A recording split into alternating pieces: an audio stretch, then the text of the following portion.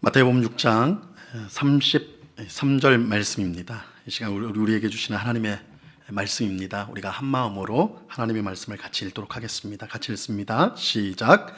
그런즉 너희는 먼저 그의 나라와 그의 의를 구하라. 그리하면 이 모든 것을 너희에게 더하시리라. 아멘. 저희 교회에서 새벽 기도회를 요한계시록 말씀을 가지고 요즘에 이제 말씀을 이제 보고 있습니다. 요한계시록이 있는데 성도님들은 어떠신지 모르겠어요. 요한계시록이 쉬운 책은 아니잖아요, 그죠? 근데 설교를 하는데 저도 목사로서 걱정이 있었습니다. 우리 성도님들이 잘 이해할 수 있을까? 목사인 저 자신도 어려운데 우리 성도님들 잘 이해할 수 있을까? 이런 생각을 가지고 말씀을 전하는데 1장, 2장, 3장까지는 아주 눈이 새벽임에도 불구하고 초롱초롱하고 잘 따라오시는 느낌이 들었어요. 땅에 대한 이야기, 그죠? 소아시아 7교회 편지 내용이니까. 근데 이제 4장에는 이제 요한이 성령의 감동으로 하늘 보자 올라가는 이야기거든요. 차원이 달라져요. 땅의 이야기가 아니라 하늘 이야기. 그때부터 이 성도님들의 눈 초점이 잘 흔들리기 시작하면서 5장에는 이제 보좌 환상 옆에 이제 어린 양 환상이 나오고, 그 다음에 7인, 하나님의 7인 심판이 나오고, 그 다음에 7 나팔 심판이 나오는데, 제가 이렇게 시력이 좋지는 않지만 지금 봐도 여러분의 눈동자가 좀 흔들리는 것을 볼 수가 있어요. 성경에 그런 내용들이 나오는가, 쉽지 않은 내용이에요. 그래서 우리 성도님들 새벽마다 여기가 땅인가 하늘인가 막 그런 심정으로 아마 참석을 하고 계신 것 같은데, 근데 이제 말씀을 보는 중에 우리 계시록 8장에 보면 7인을 떼는 내용에 어떤 내용이 나오냐면, 딱 6인을 딱 뗐을 때에 전 세계적인 재앙, 하나님의 심판이 임합니다. 굉장히 큰 스케일의 하나님의 심판이 임해요. 이게 6번째 인인데 그 다음이 7번째 인이에요. 마지막. 그러니까 마지막은 어떻겠어요? 더 큰 결말이 있을 거 아니겠어요? 막 기대하면서 6째 인에서 이렇게 전 세계적인 재앙이 있으니까 7번째는 얼마나 큰 일이 일어날까, 딱 그렇게 생각을 하고 딱 이제 계시록 8장을 딱 넘어가면 7째 인을 딱 뗐는데 제일 먼저 일어나는 일이 뭔지 아십니까? 침묵이에요. 침묵이에요. 반 시간쯤 하늘이 조용하더라. 굉장히 실망스러운, 어떻게 보면. 아니 6째 인에는 막 온 세계 하늘이 두루마리처럼 말리고 막 하늘과 땅에 무슨 이거 엄청난 재앙이 왔는데, 마지막 제 7번째 인이 일어날 때는 조용해. 반 시간 동안 아무 그게 없어요. 그런 다음에 이제 7 천사에게 7 나팔을 줘서 7 나팔 이제 심판이 이어지는데, 제가 이제 말씀을 준비하고 전하면서 굉장히 큰 은혜를 받은 게 뭐냐면, 왜 조용할까? 반 시간쯤 왜 침묵할까? 사실은 그 하늘 보좌, 하나님이 계신 하늘 보좌, 예수님이 계신 그곳은요 24시간 하나님을 찬양하고 예수님을 찬양하고 예배하는 것으로 항상 좀 경망된 표현일지 모르겠어요. 시끌벅적한 곳이. 보좌 옆에 내 생물과 24장로와 성도들과, 순교한 성도들과 또 무수한 천사들, 셀 수 없는 천사들 다 찬송하고 예배하고, 이게 4장, 5장, 6장에 계속 나오거든요. 그러니까 하나님 보좌는 우리가 생각하는 것처럼 고요하고 적막한 곳이 아니라 굉장히 역동적인 거예요. 찬송, 기도, 막 이런 것들이 울려 퍼지는 것이 하늘 보좌란 말이에요. 그런데 7째 인을 딱 뗐을 때 침묵, 반 시간 동안 침묵이 흘러요. 이거 굉장히 흥미로운 거죠. 왜 그럴까? 제 실력으로는 도저히 해석이 불가능하여서 이제 여러 학자들, 경건한 신학자들의 글들을 찾아봐서 읽는데, 어느 한 분이 그걸 지적하더라고요. 이 반 시간 침묵한 다음에 이제 7 천사가 7 나팔을 받고, 그 다음에 무슨 내용이냐면, 한 천사가 향로를 들고, 금향단을 들고 하나님 보좌 앞에 향이 올라가는데, 뭐와 함께 올라가요? 성도의 기도와 함께 올라가는 거예요. 그래서 그 신학자가 뭐라고 해석했냐면, 성도의 기도가 하나님 보좌 앞에 올라가고 있기 때문에 하늘에서 침묵이 흐른다는 거예요. 하나님이 그 기도에 집중하게 하기 위해서 하늘 제단이 조용해진다는 거예요. 와.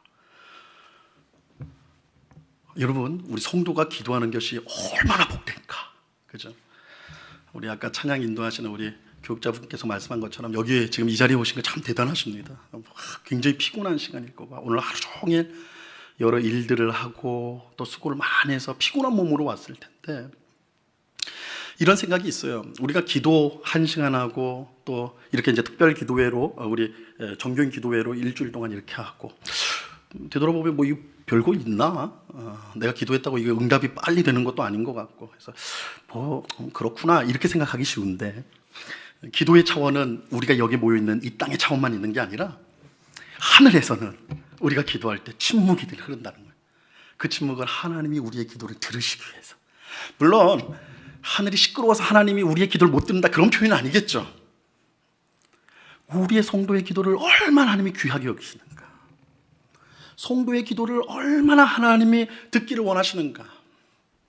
하나님은 성도의 기도를 통해 자신의 역사를 이루어가기를 기뻐하시는 분이에요.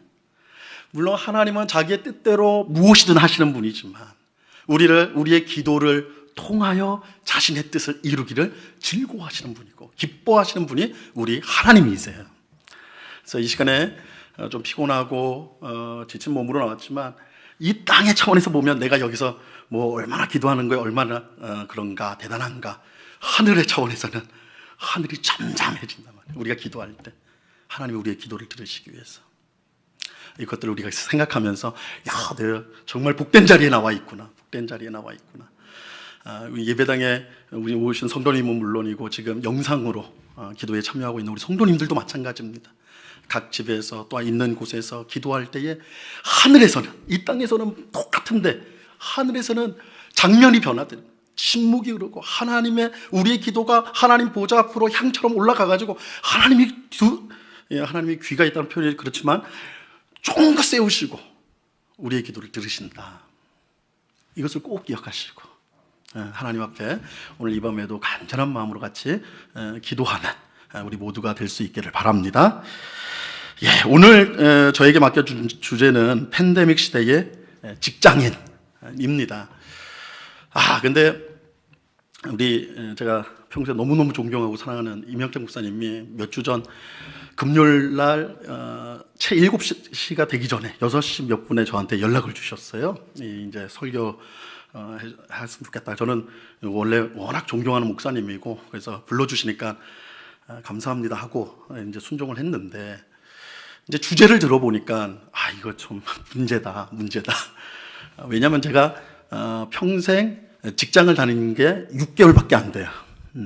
저는 이제 좀 어릴 때부터 이제 신학교를 이제 일반 대학교는 나왔지만 이제 오랫동안 뭐 직장 생활을 한 건 아니었고 그래서 이게 직장 생활도 제대로 안 해본 사람이 직장 팬데믹 시대의 직장인에 대해서 뭘 말할 수 있을까? 물론 하나님의 말씀을 전하는 것이긴 하지만 마음에 와닿는 그런 말씀을 전할 수 있을까? 이렇게 이제 좀 생각이 들었습니다. 그래서 오늘 말씀은 꼭 이 팬데믹 시대의 직장인에 국한된 거기에 완전히 초점이 맞춰진 말씀은 아니고 어떻게 보면 팬데믹 시대에 우리가 가장 좀 우리가 짚어야 될 신앙적인 모습이 뭘까? 그것을 한번 좀 조금은 넓게 생각해 보도록 하겠습니다. 우리 왠지 직장인이라고 생각하시면 오늘 말씀을 직장 속에서 어떻게 적용을 해볼까 이렇게 생각하시면 되겠습니다. 제가 먼저 양해를 구하는데 제가 지금 편도선염을 지금 한 3, 4일을 앓고 있습니다. 그래가지고 이 입술이 굉장히 지금 빨리 말라요. 그래서 종종 물을 좀 마셔야 됩니다. 그래서 좀 이해해 주시길 바랍니다. 코로나 사태는 지금까지 한 번도 경험해 보지 못한 그야말로 초유의 상황입니다. 이 상황 앞에 우리의 마음은 두렵고 막막하고 힘이 듭니다. 하지만 분명한 사실이 있어요. 그것은 이 두렵고 막막하고 힘든 상황 속에서도 하나님은 여전히 우리를 위해 일하고 계신다는 것입니다. 예수님은 하나님의 뜻이 아니면 참새 한 마리라도, 참새 한 마리는 미물 중에 미물, 그죠? 아무 가치가 없는 그런 미물 중에 미물인 참새조차도 하나님이 뜻하지 않으면 땅에 떨어지지 않는다. 이렇게 말씀하셨어요. 아무리 사소한 일이라도 하나님 뜻 밖에서 일어나는 일은 없습니다. 이 코로나19 사태도 마찬가지예요. 우리가 감당할 수 없는 것처럼 보이는 이 큰 환난도 하나님의 뜻을 벗어나 있지 않습니다. 하나님의 손 아래에 있어요. 그러므로 우리는 너무 두려워할 필요는 없어요. 하나님을 믿는 성도, 하나님을 하늘 아버지로 모시고 살아가는 성도는 우리가 감당할 수 없는, 어떻게 할 수 없는 이 코로나 사태, 팬데믹 시대라 할지라도 너무 두려워할 필요는 없어요. 하늘 아버지가 되신 하나님께서 이 팬데믹 시대도 그의 뜻 가운데 움직이고 계시기 때문에 그래요. 코로나 바이러스 보이지도 않고 어디로 전염될지도 모르고, 그러니까 두려운 거죠. 근데 우리가 믿음의 눈으로 바라보면 그 세균 하나조차도 하나님의 뜻에서 벗어나지 않습니다. 하나님의 뜻에서 벗어나지 않아요. 하나님은 저 우주 멀리에서 우리가 이 코로나19 사태를 통해서 사태 속에서 우리가 어떻게 그걸 잘 이겨내나 팔짱을 끼고 그저 우리를 쳐다보는 그런 분이 아닙니다. 비록 지금은 우리가 다 이해할 수 없지만 하나님은 코로나19 사태를 통해 우리를 향한 선한 뜻을 이루고 계십니다.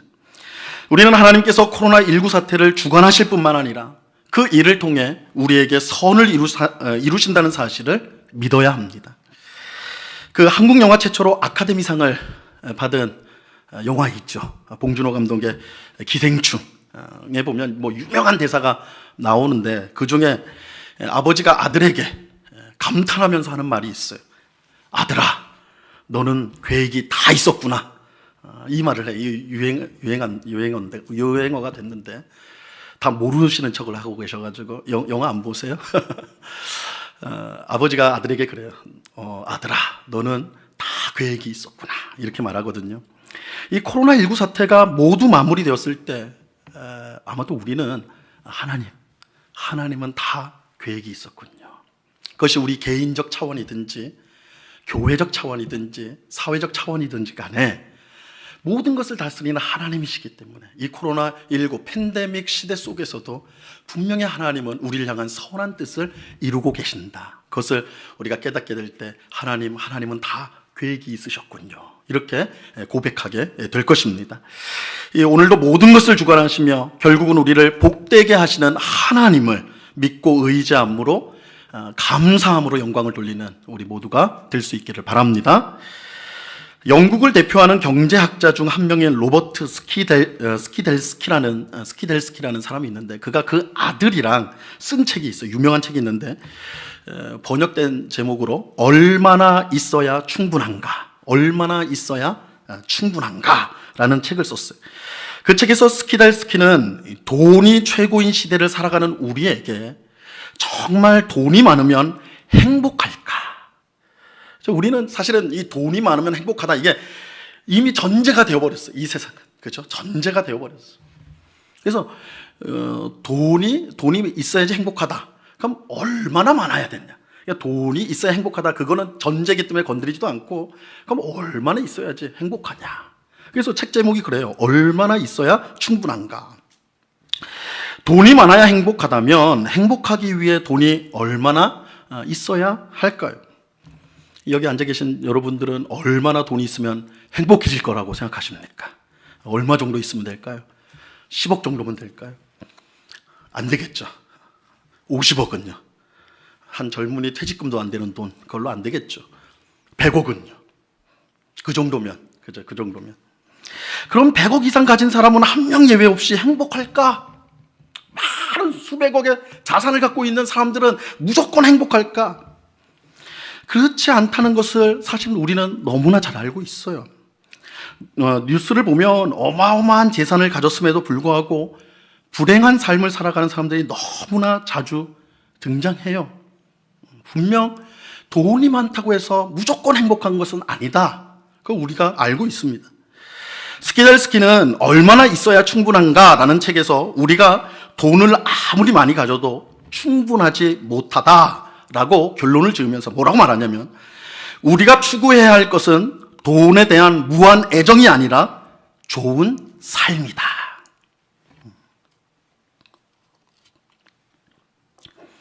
정말 행복하기를 원한다면 돈을 무조건 쫓아간다고 행복하는 거 아니다.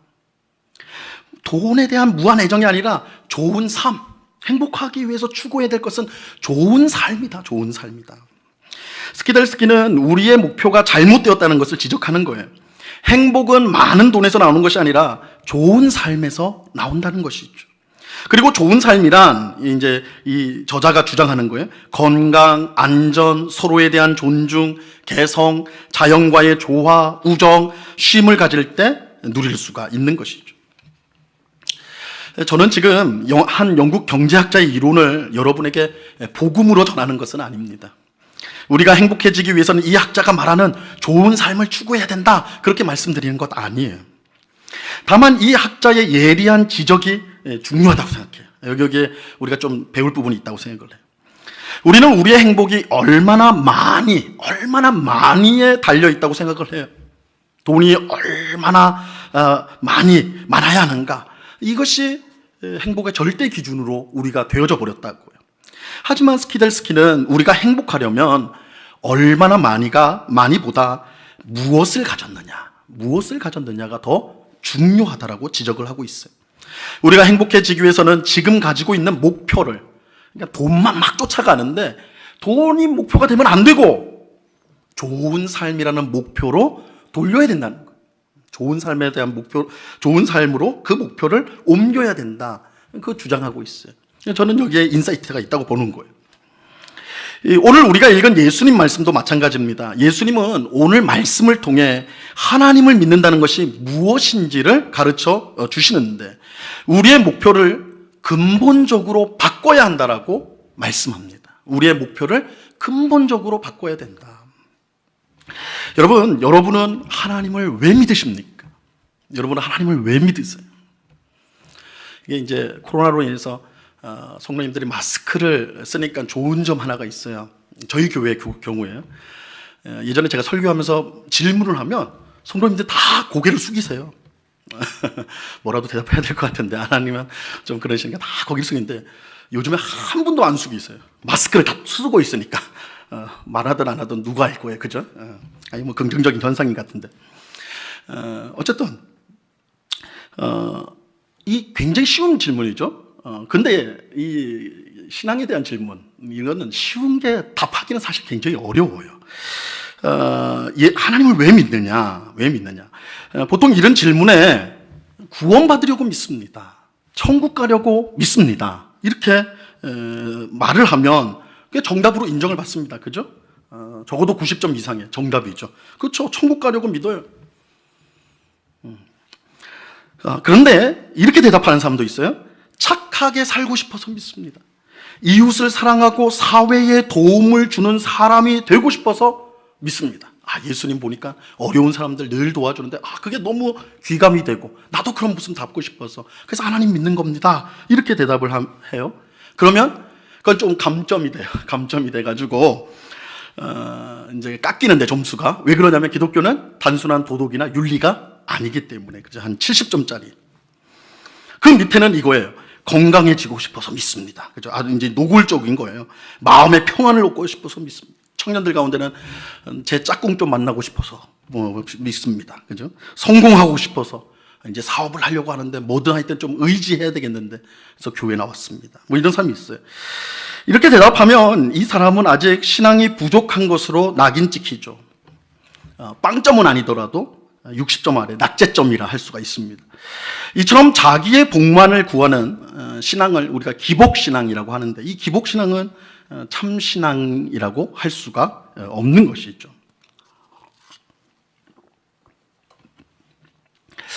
근데 여러분 한번 좀 생각을 해보세요.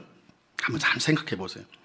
사실 제가 정답에 가깝다고 말씀드린 구원을 받기 위해서 믿는다는 대답과 낙제점인 성공을 위해서 믿는다는 것은 우리는 그 두 고백이 굉장히 차원이 다르다, 차이가 크다라고 생각하지만 한번 우리가 깊이 생각해 보면 실제로는 우리가 생각했던 만큼 그 차이가 큰 게 아니에요. 오히려 엄청난 공통점을 갖고 있어요. 그 공통점이 뭐냐? 결국 나를 위해서. 그죠? 초점이 어디에 있어요? 나한테 있어요. 나한테 있어요. 구원받기 위해서 하나님을 믿는다고 할 때 결국 누구를 위해 믿는 거예요? 나를 위해서. 내가 구원받아야 되고 내가 천국에 가기 위해서. 성공하기 위해서 하나님을 믿는다? 뭐 이건 말할 것도 없죠. 나를 위해, 나의 성공. 그죠? 그러니까 보시면 이 둘은 굉장히 차이가 있는 것처럼 보이지만 실상은 둘 다 똑같이 나를 위한다는 대답이기 때문에 실상은 굉장히 통하는 답이에요. 이것은 성경이 말씀하는 참 믿음과는 분명 거리가 있습니다. 거리가 있어요. 수많은 증거를 댈 수 있지만 예수님과 사도 바울의 말씀으로 충분합니다. 이 마태복음 16장 24절에서 예수님은 제자들에게 이렇게 말씀하셨습니다. 우리 이 말씀 한번 찾아보시고 성경 계신 분, 갖고 계신 분은 찾아보세요. 마태복음 16장 24절.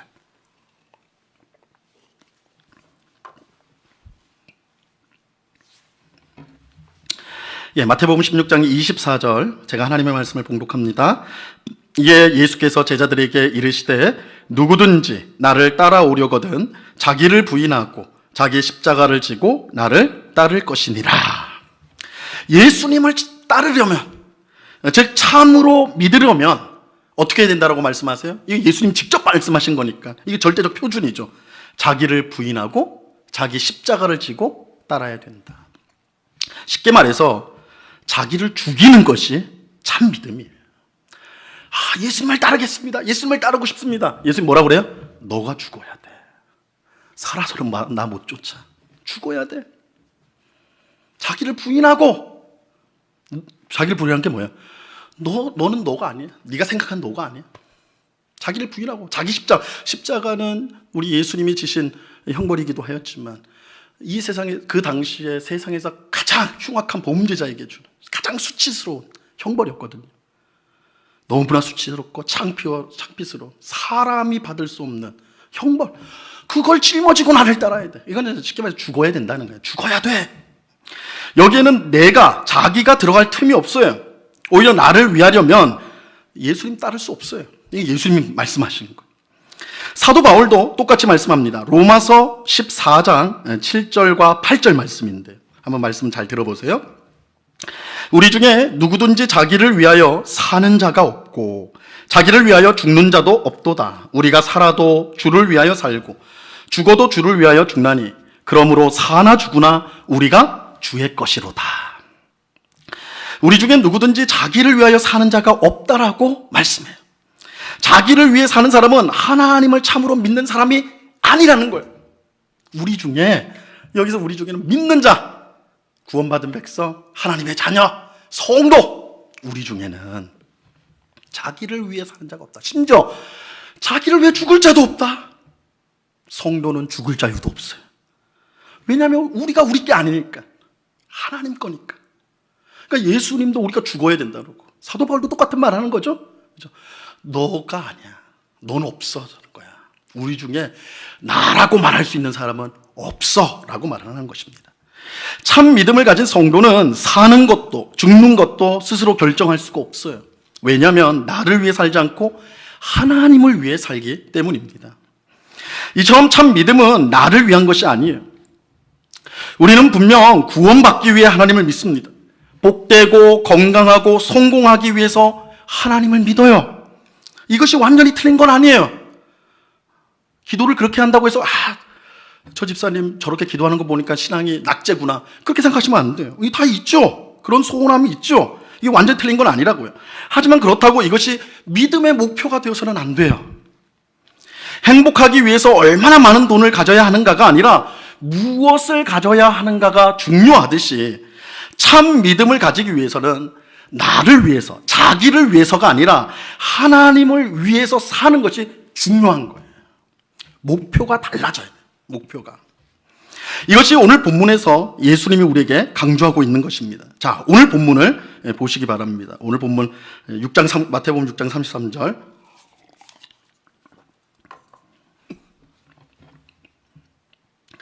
그런즉 너희는 먼저 그의 나라와 그의 의를 구하라. 그리하면 이 모든 것을 너희에게 더하시리라. 예수님은 너희는 먼저, 그죠?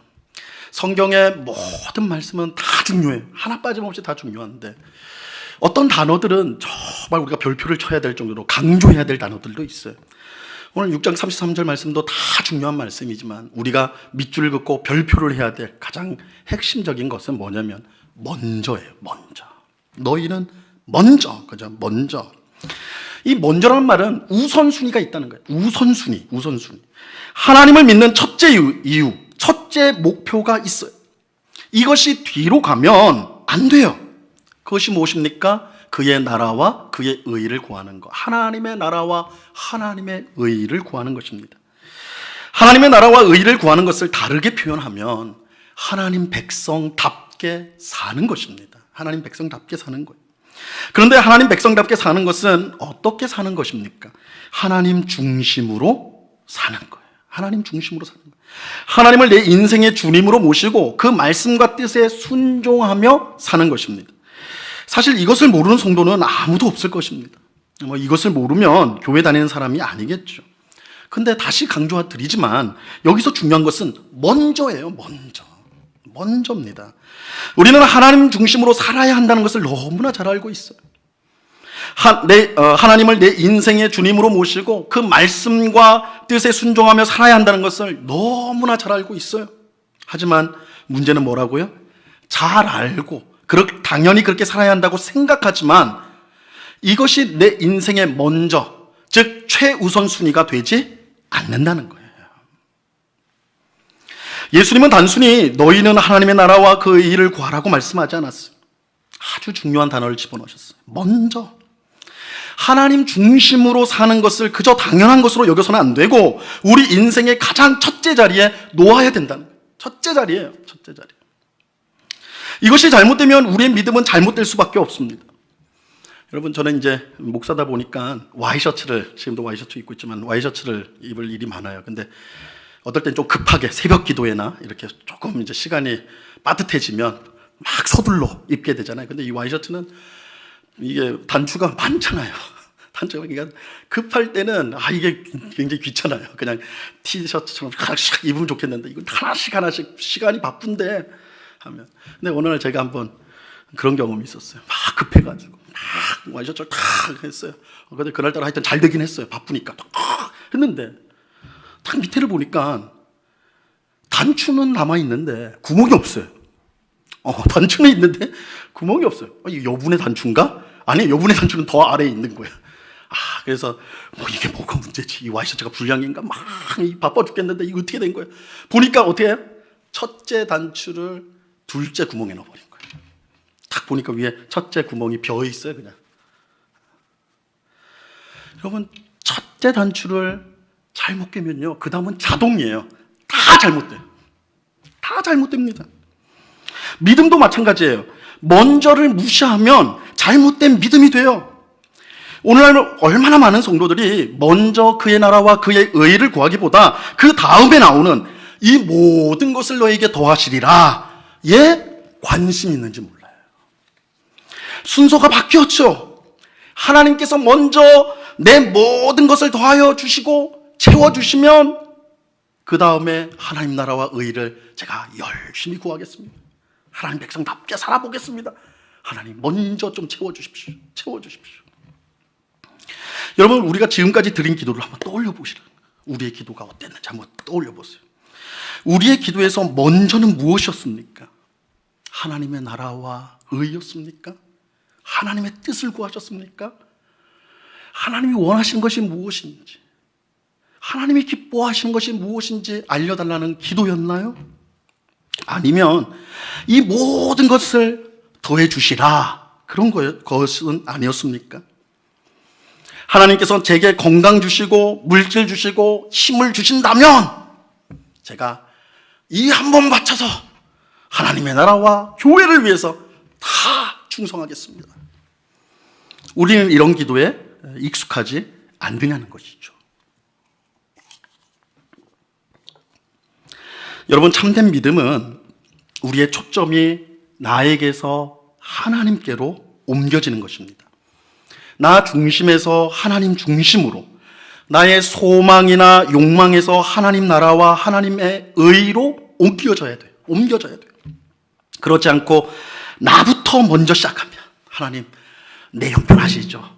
내 거부터. 그죠? 우리 가정의 필요를 하나님 아시잖아요. 내가 지금 무슨 일로 고통당하고 있는 거 아시죠? 이것만 해결해 주시면 제가 더 열심히 봉사할게요. 예배도 더 잘 드릴게요. 그렇게 되어진다면 우리는 참 믿음을 가지기가 어려울 것입니다. 여러분, 우리는 코로나19 사태라는 팬데믹이라는 큰 환난을 당하고 있어요. 그런데 이런 큰 환난이 우리에게 고통만 주는 것은 아닙니다. 이 환난은 하나님을 믿는 성도에게 여러 놀라운 선물을 줘요. 그래서 성경 곳곳에는 환난을 오히려 기뻐하라 라고까지 말씀하세요. 예수님도 그랬고 사도 바울도 그랬고 환난을 기뻐할 수 있어야 된다. 하나님 믿는 성도는 환난도 기뻐할 수 있어야 된다. 그렇게 말하고 있어요. 여러 선물을, 놀라운 선물을 줘요. 그 놀라운 선물 중에 하나가 우리는 환난을 통해 나 중심으로부터 하나님 중심으로 옮겨가게 돼요. 환난은 나 중심으로부터 하나님 중심으로 옮겨지는데 아주 유용한 도구예요. 하나님의 도구예요. 이 환난이라는 것은. 내 힘으로 도저히 극복할 수 없는 환난을 당할 때 우리는 자연스럽게 하나님을 바라보게 됩니다. 이런 경험들 다 해보셨을 거예요. 여러분, 몸 건강하고 시간도 많고 물질적으로 부유할 때, 야, 하나님이 나한테 물질도 주셨고 건강도 주셨어, 시간도 주셨으니까 내가 교회를 위해서, 하나님 나라를 위해서, 선교를 위해서 내가 가진 것들을 마음껏 써보리라. 이런 성도가 많나요? 많을까요? 우리 승신교회는 훌륭한 교회니까 많을 것 같은데 대부분 그렇지 않아요. 그렇죠? 돈 있고 시간 있고 힘 있으면 골프 치러 가야 되고 해외여행 가야 되고 할 게 많아요. 일주일에 한번 교회 오는 것도 어려워요. 이상하죠? 이상해요. 그런데 꼬꾸라지는 때가 있잖아요. 정말 감당할 수 없는 어려움이 오잖아요. 그럼 어떻게 합니까? 오지 말라고 해도 와요.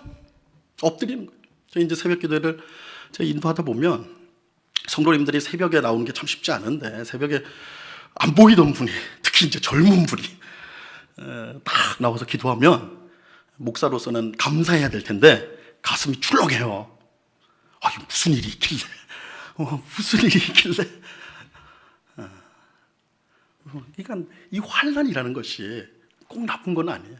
우리를 하나님 앞에 엎드리게 만들어요. 우리에게 하나님 앞에 엎드리게 만들어요. 우리는요, 모든 것을 갖추고 있으면 하나님 노릇하기를 너무너무 즐거워하는 사람들이에요. 그러니까 여유 있고 힘 있을 때는 그 사람의 참 면목이 안 나옵니다. 그죠? 오히려 참 면목이 나오는 거죠. 하나님 노릇하고 싶어하는 마음. 근데 어려울 때 엎드리게 된다는 거예요. 그래서 하나님이 우리를 막다른 골목으로 집어넣으세요. 사방이 꽉 막힌 곳으로 우리를 몰아가세요. 사방이 다 막혀서 쳐다볼 수 없게 될 때 비로소 우리가 하늘을 쳐다보기 때문에 그래요.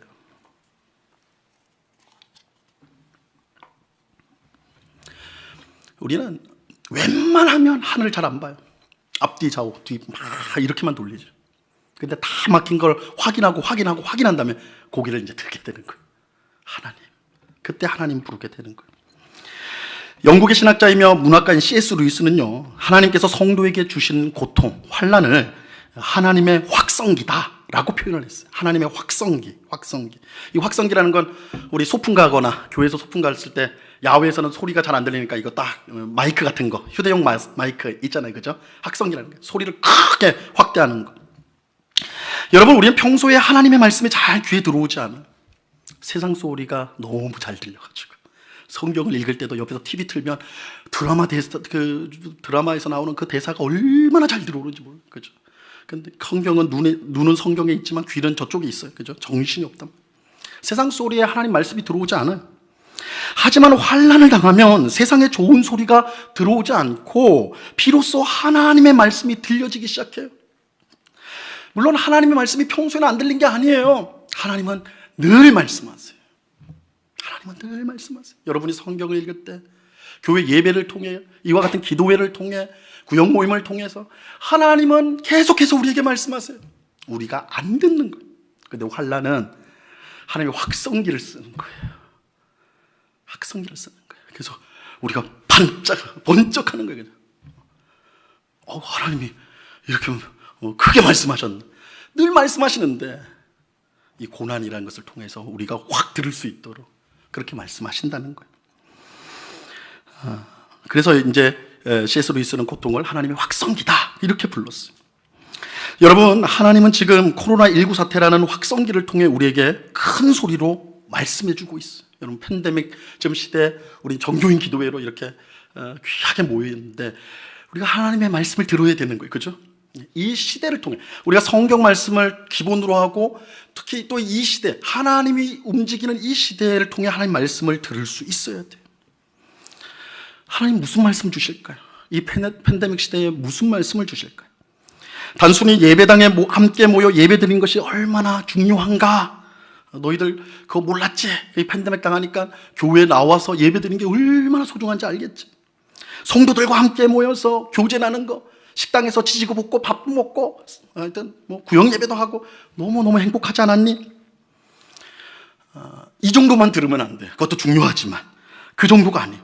우리는 더 중요한 하나님의 목소리를 들을 줄 알아야 돼요. 그것은 너희는 먼저 하나님의 나라와 의의를 구하라. 이 팬데믹 시대에 하나님이 확성기를 가지고 우리에게 하시는 말씀은 너희는 먼저 하나님의 나라와 의의를 구하라. 너희 중심의 삶에서 돌아서 가지고 하나님 중심으로 목표를 바꿔야 된다. 나를 중요하게 생각하고 나를 위해서 사는 삶이 아니라 하나님을 믿고 의지하며 그의 말씀에 순종하는 삶이 복되고 귀하다는 것을 알고 순종하는 삶을 살아야 된다. 이 팬데믹 시대를 통해 하나님 확성기를 가지고 우리에게 말씀하시는 거예요. 코로나19 사태를 통해 우리는 우리가 얼마나 연약한 존재인지를 계속 확인하고 있습니다. 마스크 하나에 발을 동동 구르고 안절부절 우리가 못했던 적이 있었죠. 미국이나 유럽은 생필품 사재기 때문에 마트가 텅텅 비어가지고 엄청난 혼란이 왔었고, 전 세계의 경제 위기가 덮쳐서 천문학적인 돈을 쏟아부어도 그 회복이 쉽지 않다 이렇게 아우성치지요. 눈에 보이지 않는 바이러스 하나 때문에 온 세계가 공포에 떨고 있어요. 무슨 뜻이에요? 우리 힘으로 안 된다는 거죠. 우리 힘으로 안 된다는 거예요. 사람의 능력을 의지해서는 안 된다는 거예요. 하나님은 코로나19 사태를 통해 우리의 눈을 우리 자신에게서 하나님께로 향하도록 만드시는 거예요. 너희가 먼저가 아니라 하나님이 먼저다. 하나님이 먼저다. 너희가 먼저 하나님의 나라와 그 의를 구하면 이 모든 것을 너희에게 더하겠다. 이것을 말씀하는 거예요.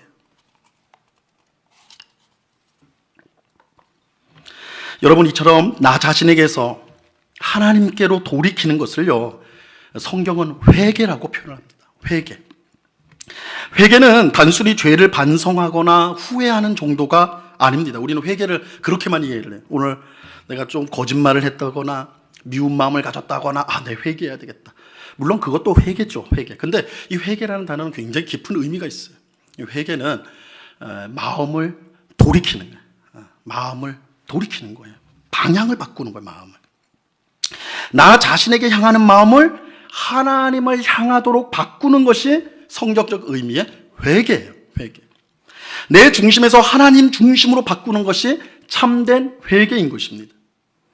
코로나19 사태를 통해 우리는 하나님으로부터 회개하라는 음성을 듣습니다. 죄 때문에 코로나19 사태가 일어났으니 너희 죄를 회개해라, 너희가 반성해라 라는 뜻이 아니에요. 하나님은 더 근본적인 회개를 우리에게 요구하세요. 너희 중심에서 하나님 중심으로 바꾸라는 거예요. 하나님 중심으로 바꾸라. 자기를 위해 믿지 말고 하나님을 위해 믿으라는 거예요. 목표점이 달라야 된다는, 목표점이 변화되어야 된다는 거예요. 자기를 위해 믿으면 결국은 모든 것을 잃게 될 거예요. 하지만 하나님을 위해 믿으면 결국은 모든 것을 얻게 될 것입니다. 오늘 본문 말씀에 예수님이 그렇게 약속하셨으니까요. 먼저 그의 나라와 그의 의의를 구하라. 그리하면 이 모든 것을 너희에게 더하시리라. 첫 단추를 제대로 채워야 돼요. 첫 단추를 제대로 채우면 끝까지 제대로 채워지는 것입니다. 하지만 첫 단추를 엉터리로 채우면요, 모든 단추가 엉터리로 채워질 수밖에 없습니다.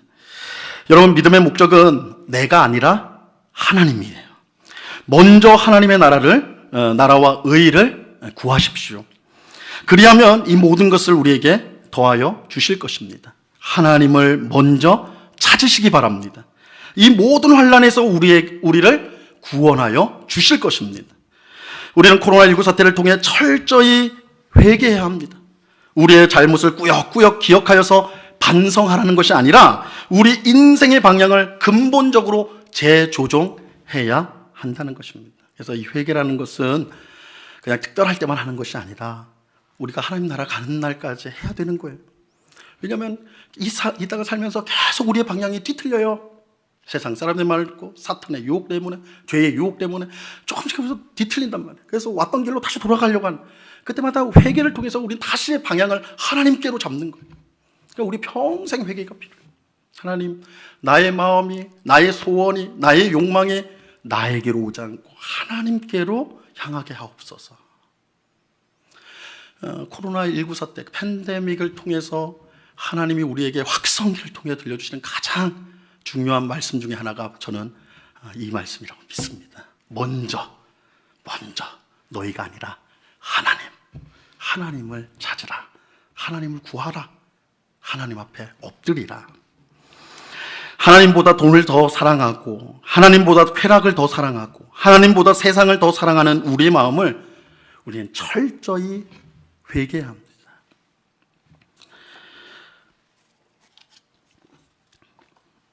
여기에는 경제적 어려움들도 있을 거예요. 우리 아마 코로나 때 우리 직장인들이나 특히 자영업을 하시는 우리 성도님들 계신다면 굉장히 큰 어려움을 당하죠. 우리 성도님들 중에, 저희 교회 성도님들 중에도 자영업을 하시는 분들은 너무너무 힘든 어려운 시기를 지금 지나가고 있거든요.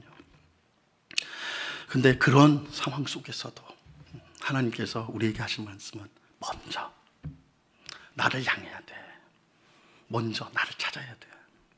그러면 이 모든 것을 너에게 더할 거야. 하나님을 믿는 것이 가장 안전한 거야. 하나님을 믿는 것이, 하나님을 향하는 것이 가장 바른 거야. 너의 염려, 너의 근심, 한 치 앞도 알 수 없는 미래에 대한 근심과 염려를 하나님께 맡겨드리고 먼저 우리가 할 것은 먼저 하나님을 찾으라. 하나님을 찾아야 된다. 구해야 된다. 이 말씀을 주시는 것입니다. 오늘 기도회에 참석한 우리 모두가 먼저 하나님의 나라와 의를 구할 수 있기를 간절히 바랍니다. 나 중심에서 하나님 중심으로 하나님 말씀을 절대적으로 순종하는 우리가 될 수 있기를 바랍니다.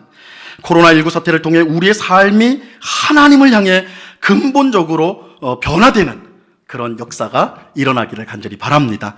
이 은혜가 정교인 기도회로 힘써서 모이는 우리 모든 우리 숭신교회 성도님들, 이 자리에 나온 성도님들, 영상을 통해 기도에 참여하는 우리 모든 성도님들에게 풍성히 임하기를, 그래서 이 팬데믹 시대에 오히려 하나님을 먼저 구하는 그 복된 신앙으로 더 성숙하고 더 진일보하는, 그래서 세상을 이기는 담대한 믿음으로 승리하는 우리 모두가 될 수 있기를 우리 주님의 이름으로 간절히 축원합니다.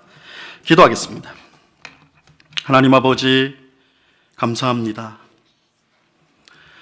우리가 팬데믹, 코로나19 사태로 인하여서 사방이 막힌 것과 같은 답답함과 힘든 삶을 살아가고 있습니다. 개인마다 차이가 있지만 정말 숨을 쉴 수 없을 만큼 고통스러운 성도들도 분명히 있습니다. 주님, 이 환난이, 이 어려움이 속히 하나님의 은혜 가운데 종식되기를 소원합니다. 하지만 더 중요한 것은 이 일을 통해 하나님께서 우리에게 바라시는 것이 무엇인가, 하나님이 주시는 말씀이 무엇인가, 그것을 듣기를 원합니다. 하나님을 위한다고 하지만 실상은 다 나를 위하고 나 중심적이고 자기 중심적인 그런 신앙생활을 해오지 않았는지요. 아버지 하나님, 하나님 중심, 자기를 부인하고 자기 십자가를 지고 주님을 따르는 하나님 중심의 삶을 살아가는 주의 백성들이 다 될 수 있도록 주님 도와 주시옵소서. 주님을 먼저 구함으로, 하나님의 나라와 의를 먼저 구함으로 모든 것을 더하시는 하나님의 풍성한 은혜를 누리는 우리 모든 성도들 될 수 있도록 하나님 역사하여 주시옵소서. 감사하며 예수 그리스도 이름으로 기도드리옵나이다. 아멘.